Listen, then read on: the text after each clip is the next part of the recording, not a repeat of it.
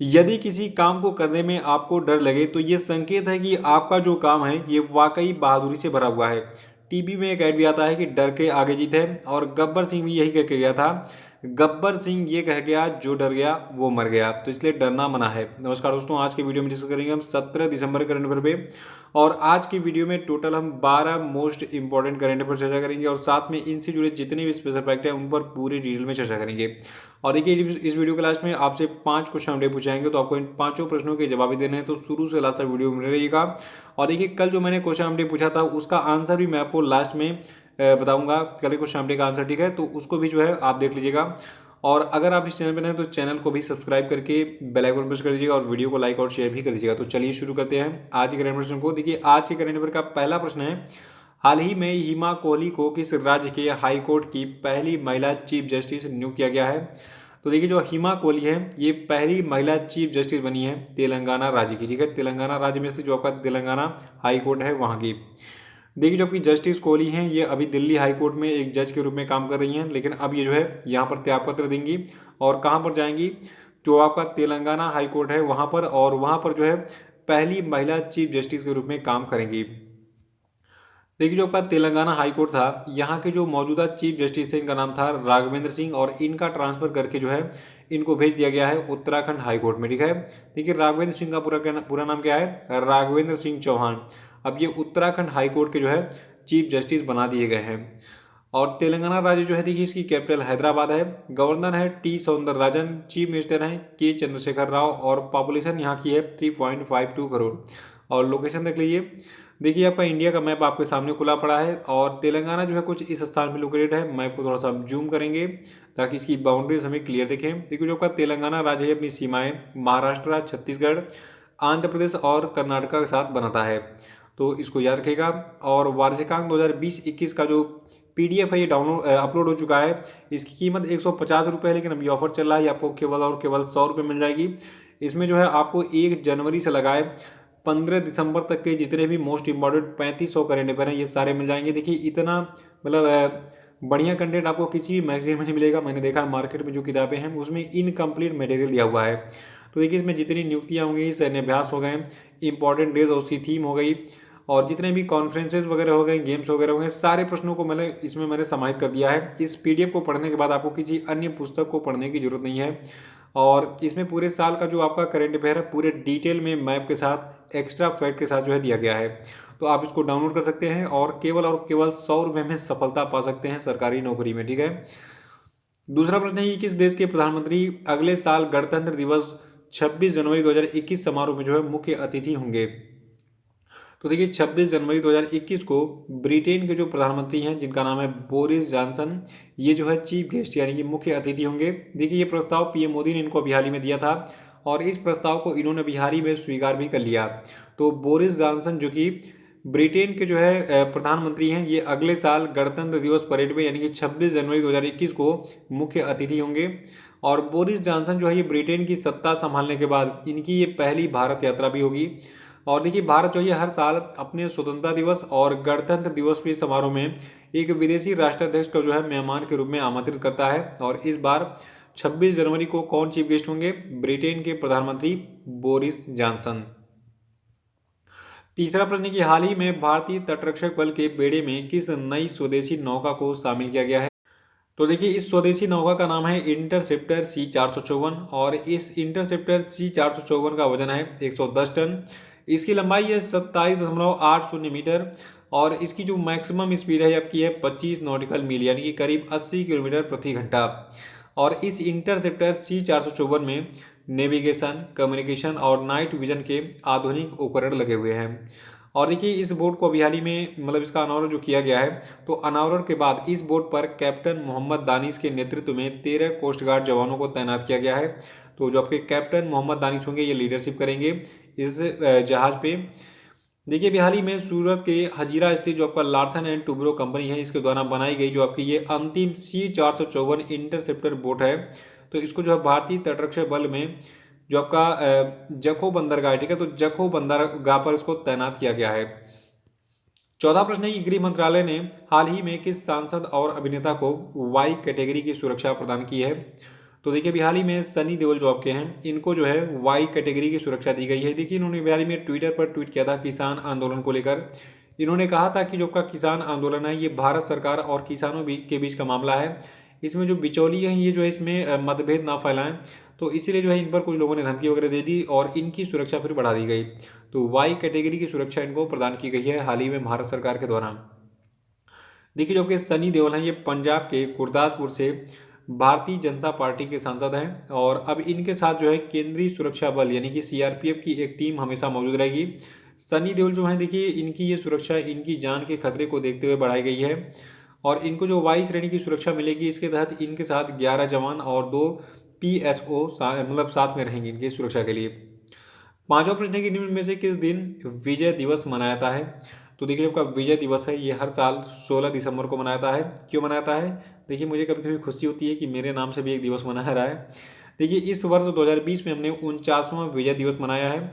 देखिए भारत और पाकिस्तान के बीच में अब तक 3 युद्ध हुए हैं। 1965 में पहला युद्ध हुआ था और भारत ने पाकिस्तान को हराया था।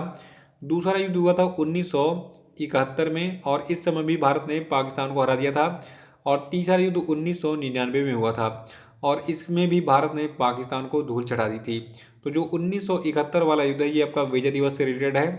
देखिए 1971 में जो आपका भारत और पाकिस्तान के बीच में युद्ध हुआ था, ठीक है। तो इसमें जितने भी भारत के वीर सैनिक शहीद हुए थे उनकी वीरता बलिदान को याद करने के लिए इस विजय दिवस को मनाया जाता है 16 दिसंबर को। और 16 दिसंबर को ही क्यों मनाते हैं हम?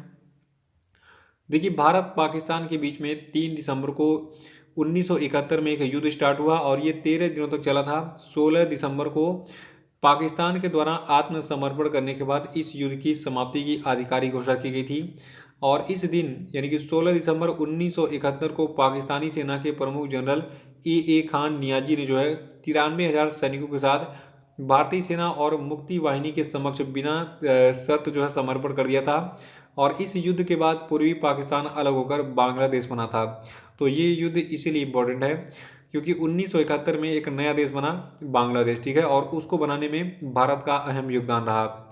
छठवां प्रश्न की हाल ही में प्रधानमंत्री नरेंद्र मोदी ने गुजरात के कच्छ में कितने महत्वाकांक्षी परियोजनाओं का शिलान्यास किया। तो देखिए अभी हाल ही में गुजरात के कच्छ में जो है प्रधानमंत्री मोदी ने 3 परियोजनाओं का शिलान्यास किया और इन परियोजनाओं में दुनिया का जो सबसे बड़ा नवीकरणीय ऊर्जा पार्क है, दूसरा समुद्री जल शोधन संयंत्र और तीसरा आपका है दुग्धर प्रसंस्करण डेयरी संयंत्र, ठीक है। ये तीनों शामिल है इसमें।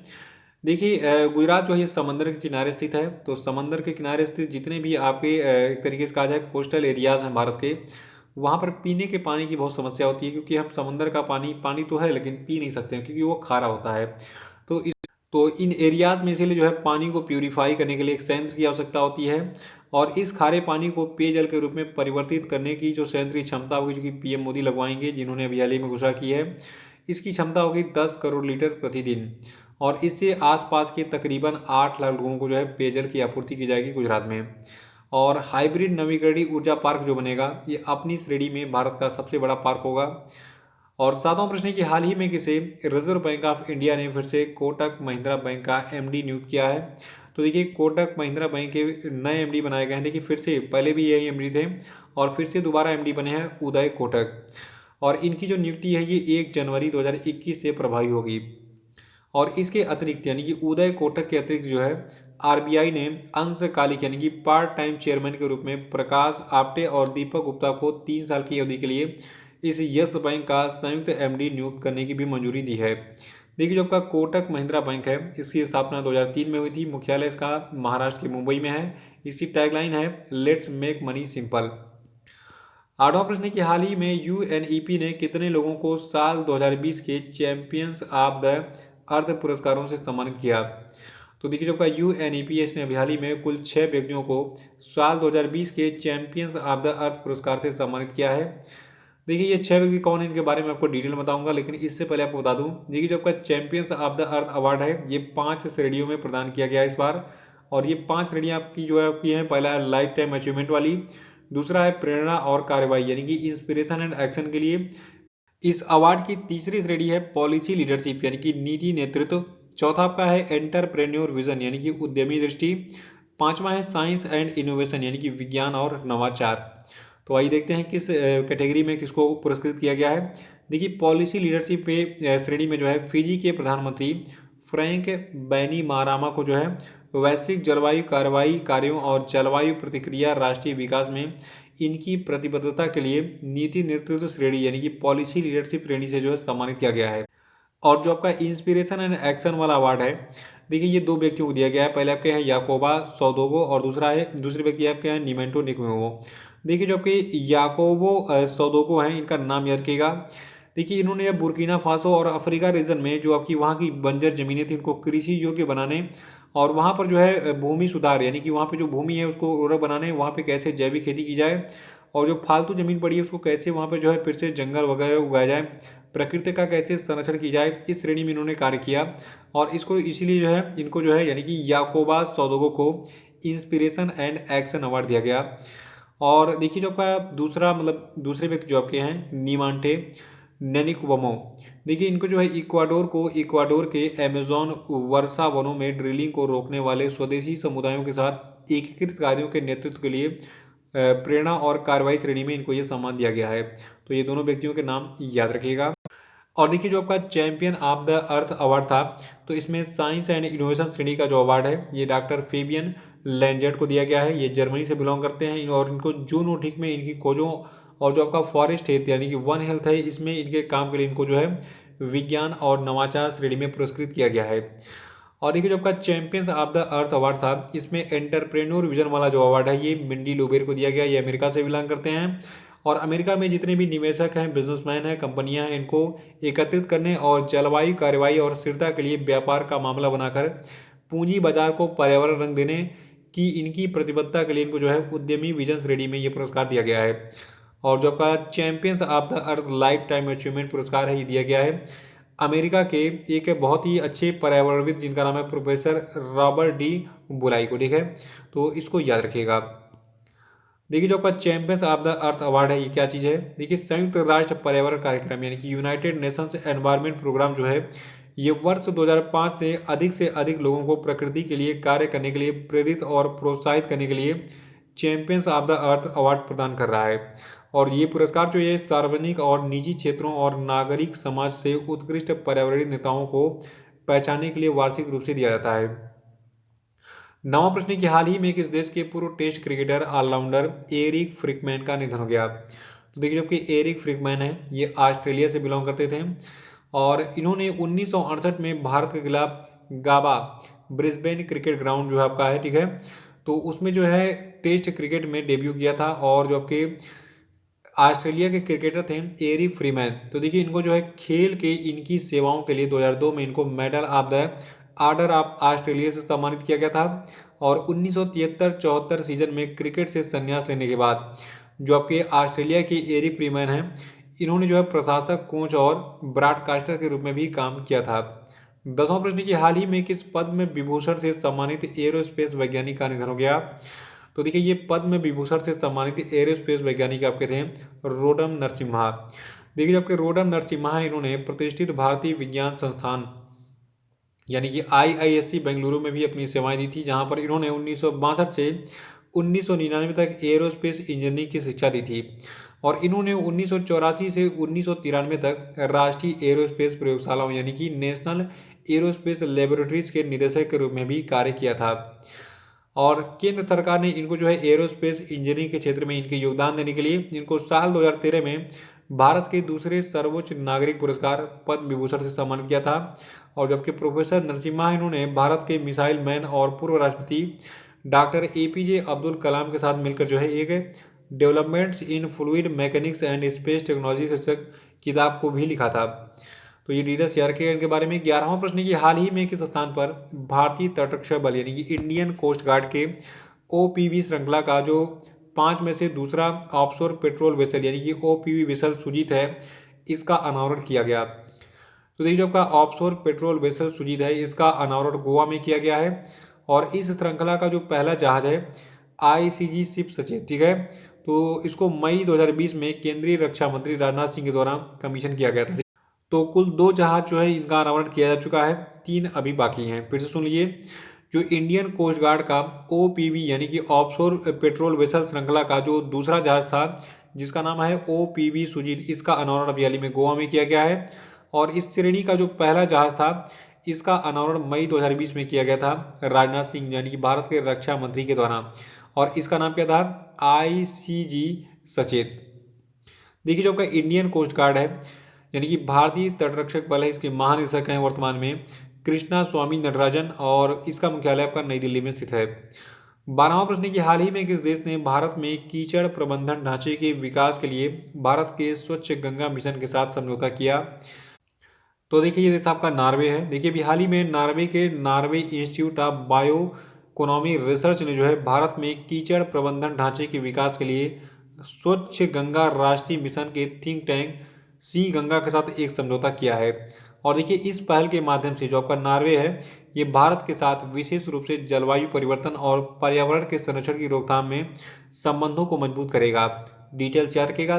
सबसे खास बातें रखना है कि अभी हाल ही में नॉर्वे ने जो है भारत में कीचड़ प्रबंधन ढांचे के विकास के लिए भारत के स्वच्छ गंगा मिशन के साथ समझौता किया है। और इसी के साथ आज का जो करंट अफेयर सेशन है ये समाप्त होता है और अब हम बात करेंगे आज के सभी क्वेश्चन अपडेट पे। देखिए आज के क्वेश्चन अपडेट का पहला प्रश्न है कि वर्ष 2023 के FIH मेंस हॉकी विश्व कप की मेजबानी कौन करेगा? इसका आंसर बताइए।